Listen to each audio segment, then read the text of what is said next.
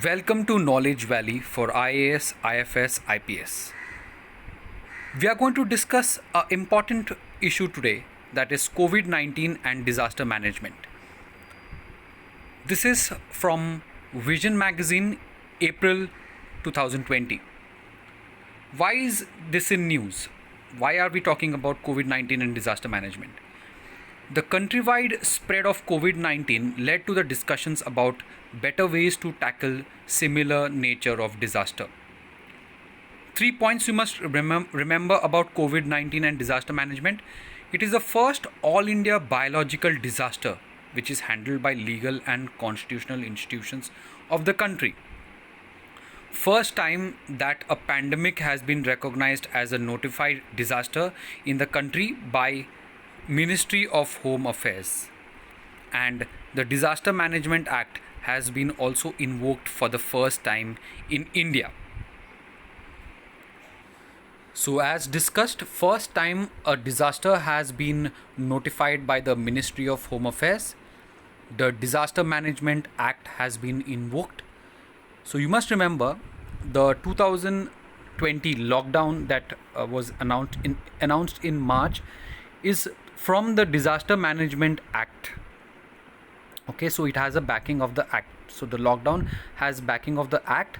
The act's name is 2005 Disaster Management Act.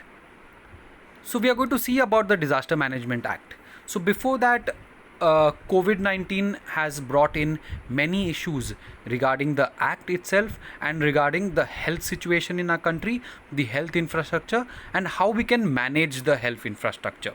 So you must have heard in news a lot of the positives and negatives, and a lot of discussion which has been done on how India has been able to manage the COVID-19. We have been listening to a lot of news on daily jump in the cases. We have been seeing how the government is tackling the issues. There is a surge on the cases. One of the reason was the inbound flyers. So a lot of issues here and there. So we are going to focus, this discussion is on those issues and what are the things which we can learn, and some nitty-gritties on the COVID-19 and the disaster which you must have not known, which I will be bringing in front of you.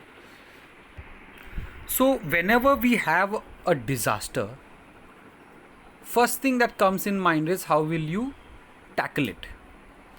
But disaster in a country is not tackled after the coming of the disaster. It comes before.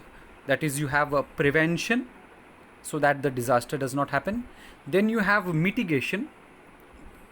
Then you have preparedness. So we prevent, we mitigate, that is, we check the negatives, positives, and then we get prepared for it.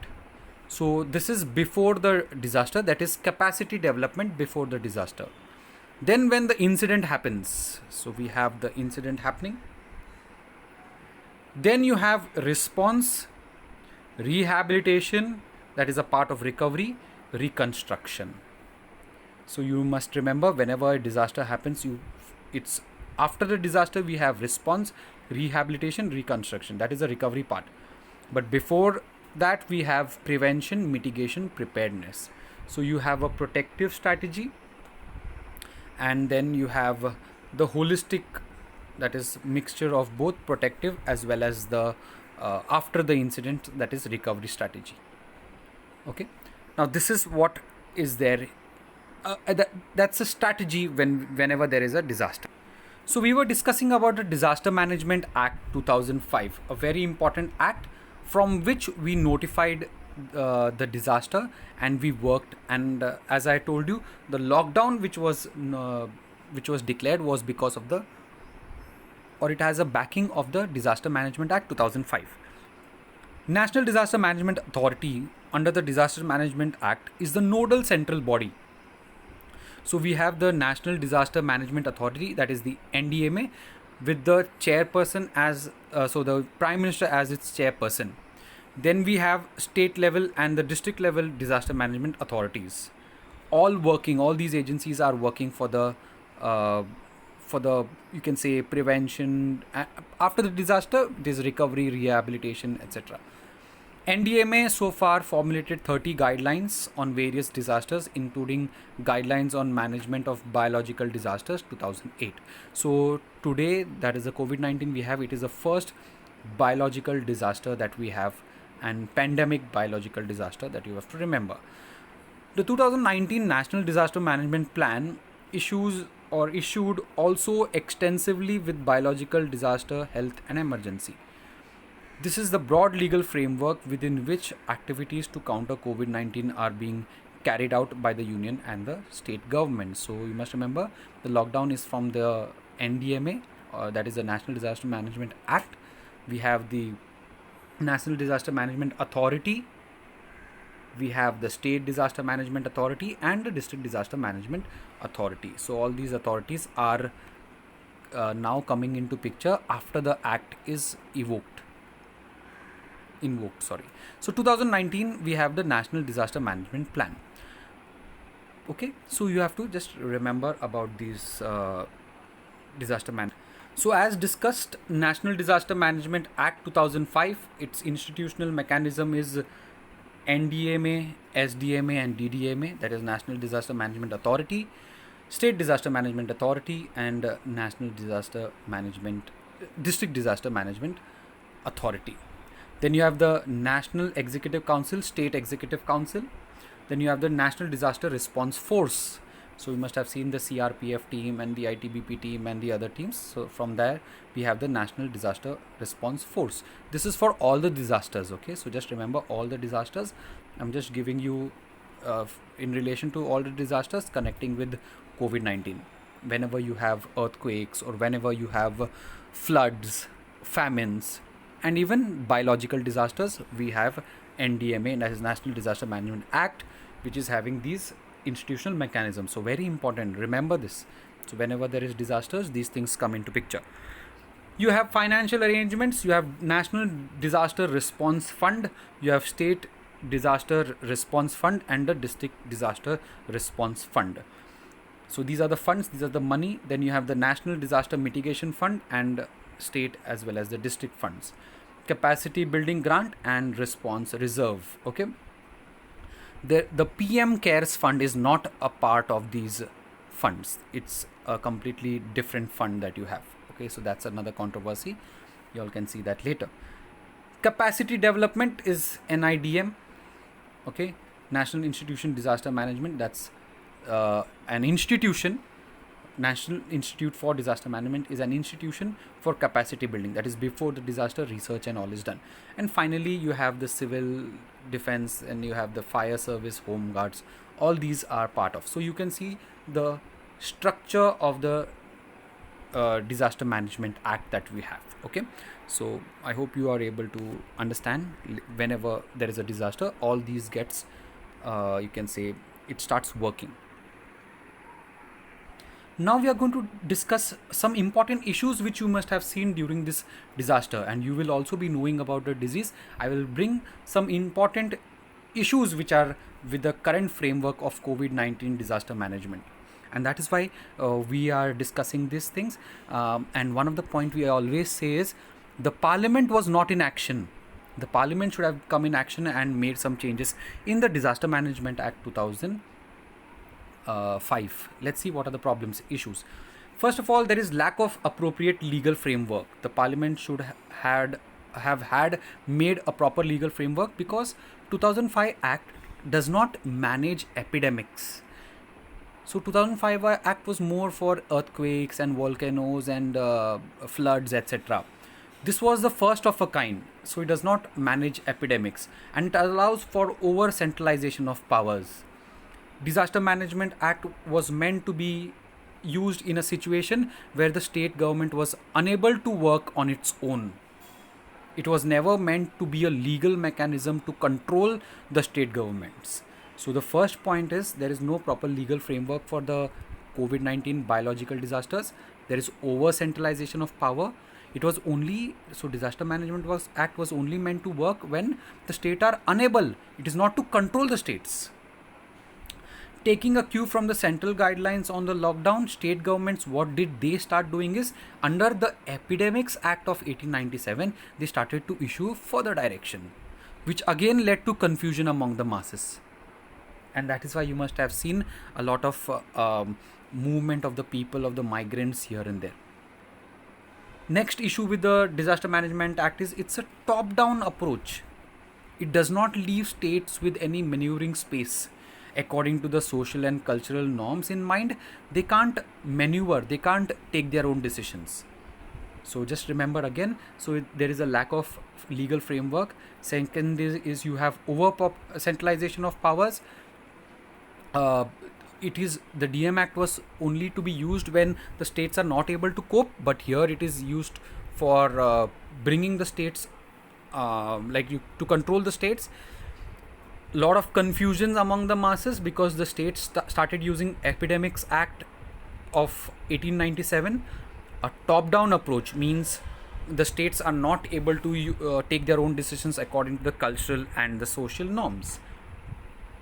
Moreover, mostly the management of the health crisis has become an issue of law and order.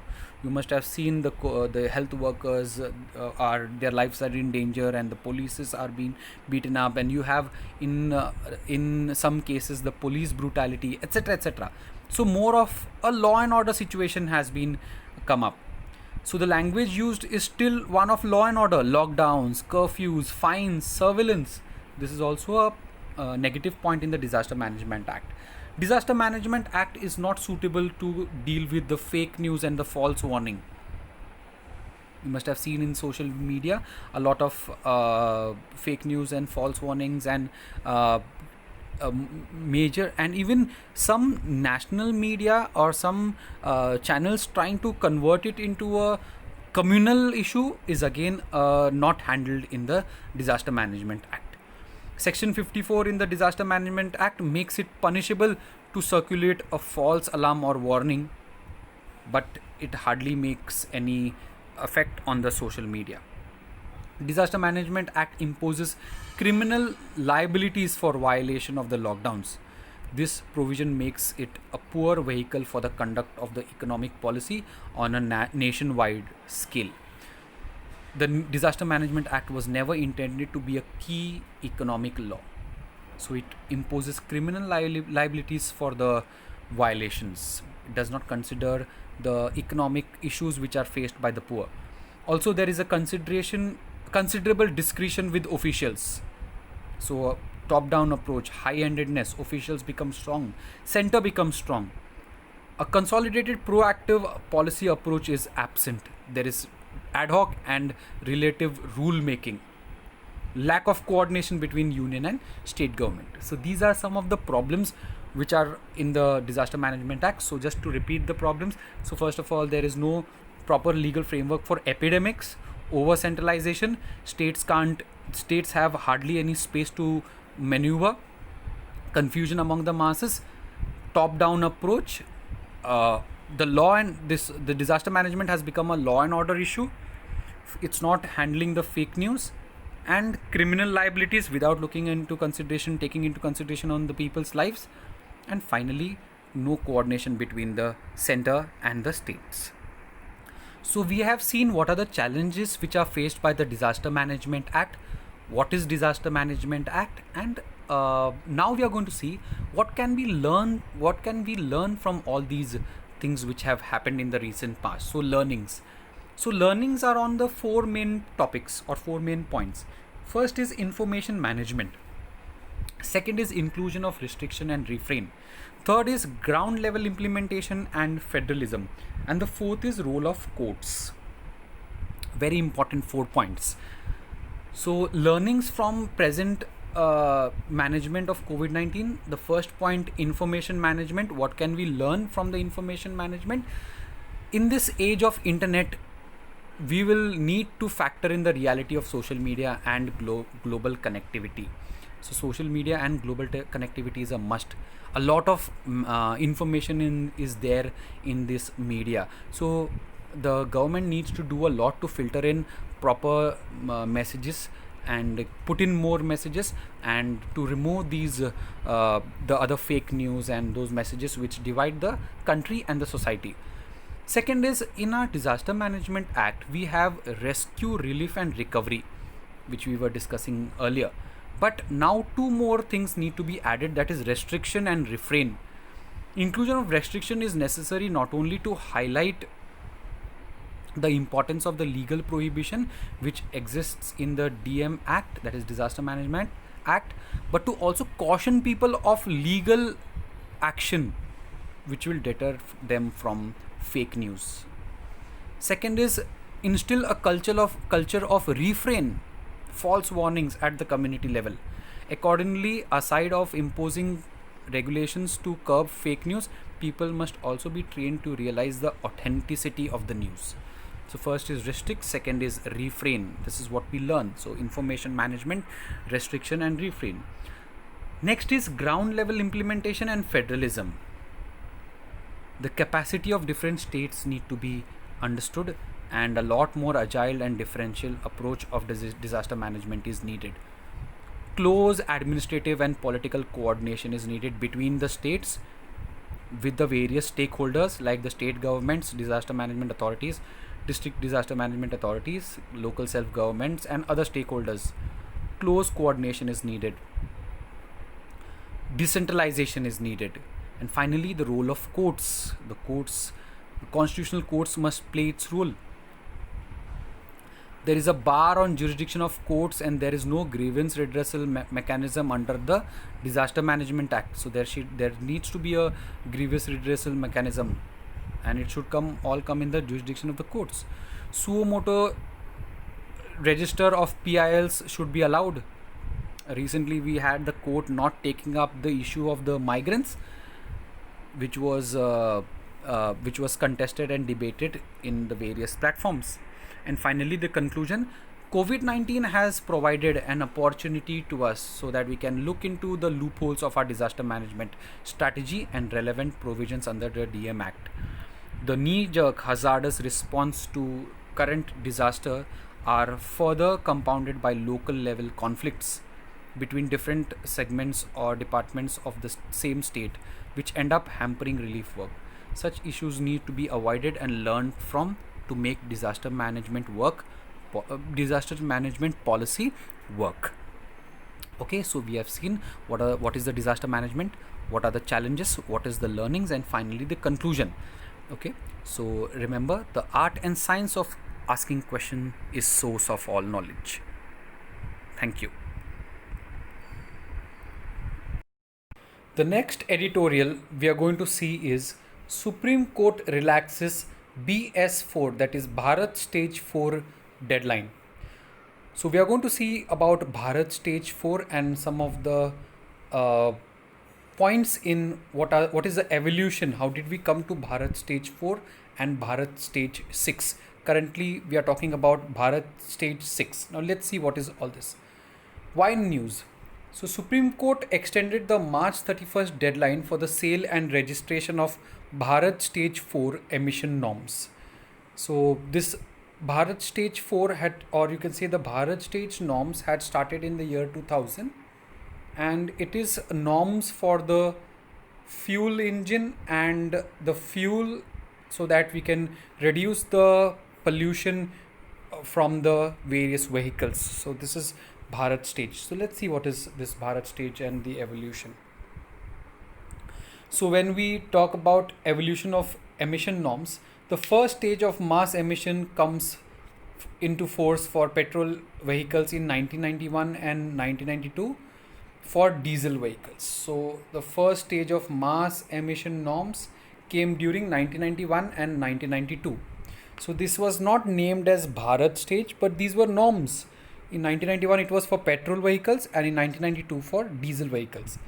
In 2000, the passenger cars and commercial vehicles were met by the Euro 1 equivalent norms. So in India it was called as India 2000 norms. So you must remember, in 2000 the Bharat Stage starts. So we had linked our norms with the Euro 1 in 2000, just remember. In 2000, so by 2001, stage 2, Bharat stage 2 norms based on Euro 2 emission norms was brought in force. So we know Bharat 1 is 2000, Bharat 2 is in 2001, and Bharat stage norms. So what are Bharat stage norms? These are standards set up by the CPCB. So very important, Central Pollution Control Board under the Ministry of Environment, Forest and Climate Change.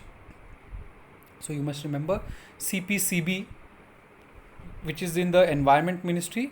It sets up the Bharat stage norms to regulate the output of air pollutants from internal combustion engines, including motor vehicles. So these norms are regulating the various gases which come out from the engines. So which are the exhaust gases now covered under these norms?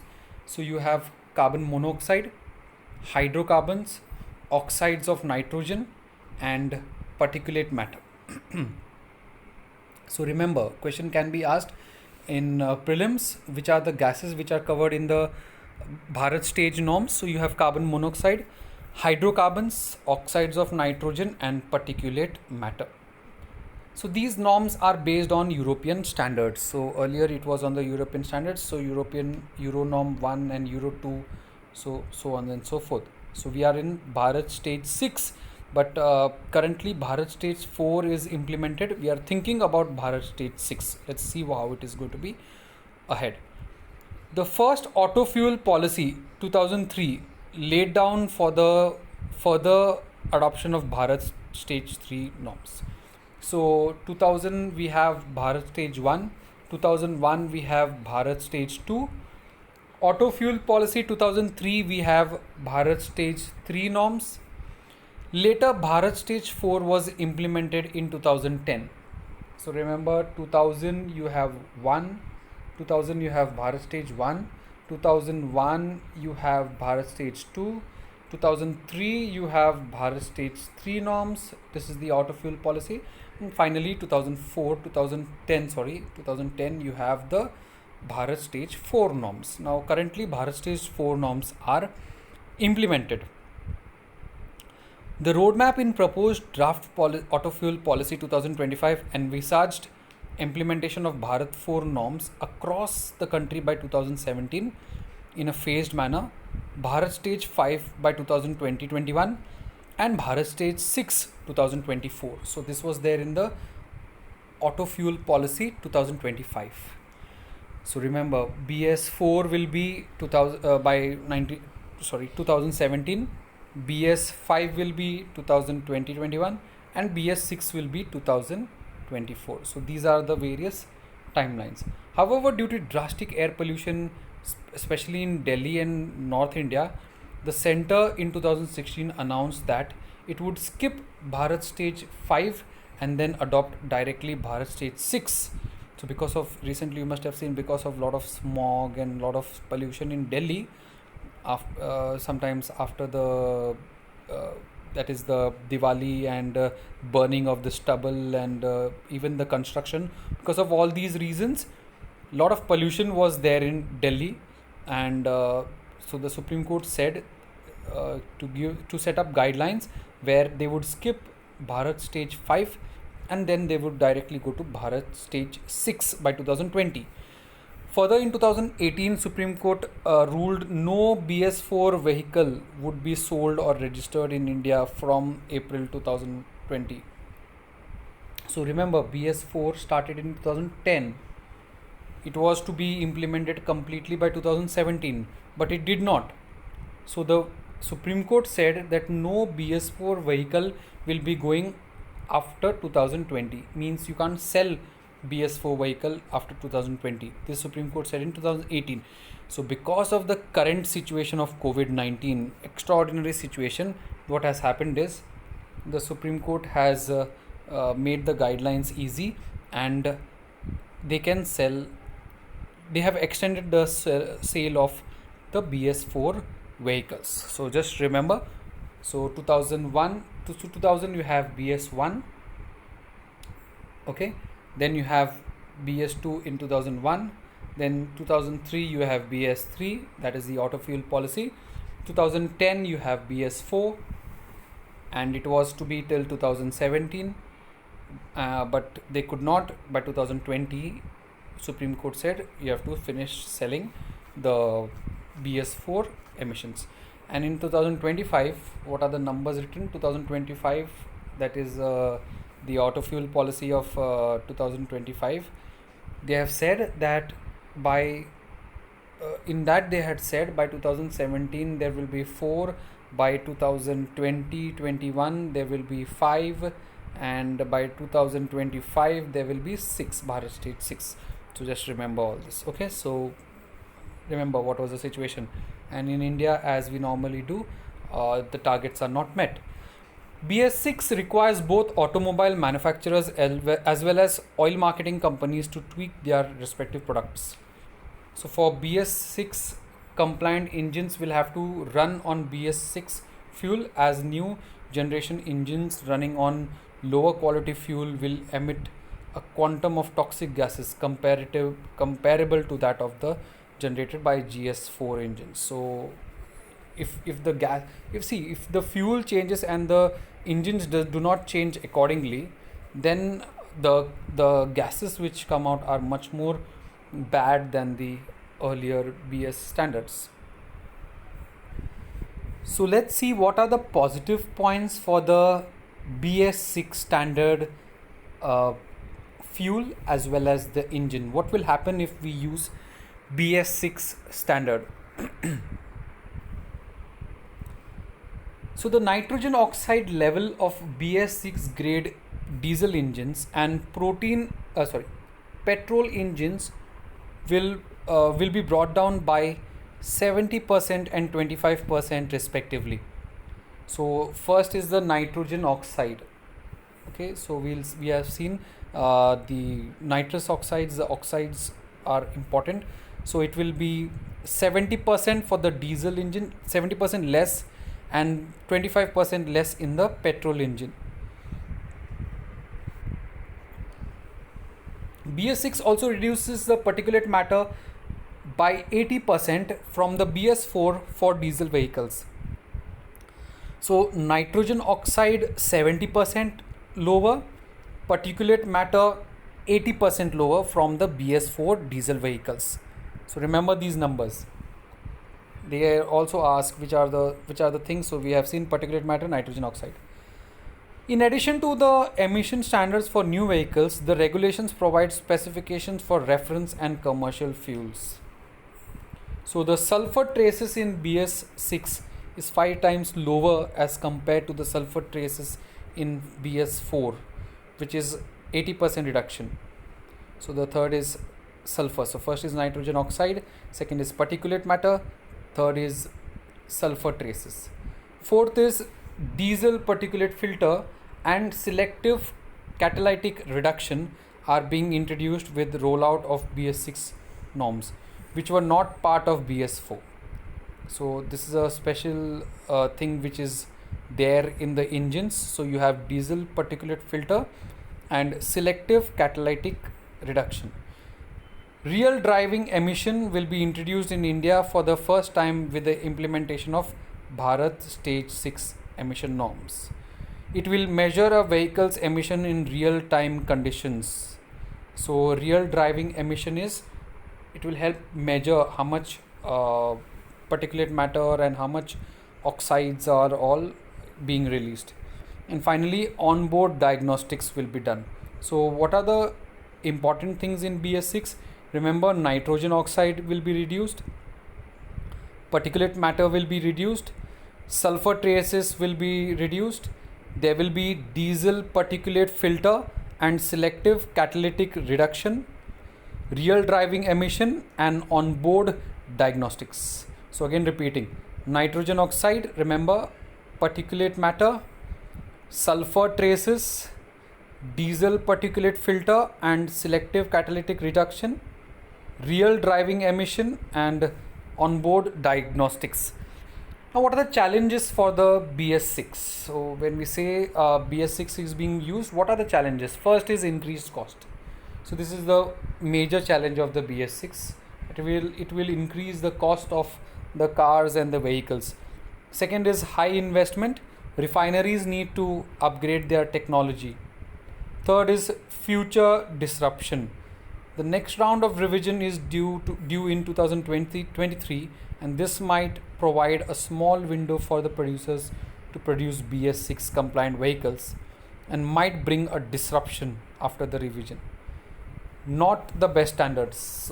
So Europe stands as the third best standard across the globe. So it is not the best standard. China has gone ahead of Europe by combining key parameters from the US and Korea to frame its own regulation. So remember, what are the challenges? First is there is high cost, high investment, future disruption, and it is not the best standard. So what is the way forward? So first is strong compliance system is needed. It means if the compliance is not done, the government should introduce a strong system, penalty, emissions, warranty, and recall program. Amend the Central Motor Vehicles Act. So recently the Motor Vehicles Act was amended to make it more compliant with the BS6. Checklist for inspection is needed and awareness is needed. So way forward is strong compliance, Central Motor Vehicles Act, checklist for inspection, and the awareness is needed. So we saw what is the context why we are studying Bharat Stage. We saw the evolution of Bharat Stage with the dates. We saw what do you mean by Bharat Stage. Especially we have seen what is Bharat Stage 6 and what are the challenges and way forward. The next topic we are going to see is naming of tropical cyclones. So IMD, that is Indian Meteorological Department, released a list of 169 new names for tropical cyclones in North Indian Ocean. So we know cyclones, we have low pressure at the center and high pressure at the side. So these are the cyclones. So we can see the features in the geography section.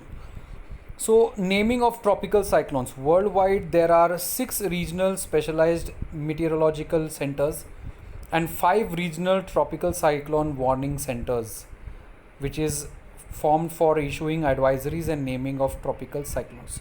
So remember, there are 6 regional specialized meteorological centers and 5 tropical cyclone warning centers. Indian Meteorological Department is one of the 6 regional specialized meteorological center and is responsible to name the tropical cyclones developing in the North Indian Ocean, including the Bay of Bengal and the Arabian Sea. So just remember, IMD is one of the 6 regional specialized meteorological center, and the Northern Indian Ocean, that is in the Bay of Bengal and Arabian Sea, the names are given by the IMD. So the new names were contributed by 13 countries, that is from the WMO and the ESCAP panel on tropical cyclones. So remember, IMD gave 169 new names and these names were given by 13 countries.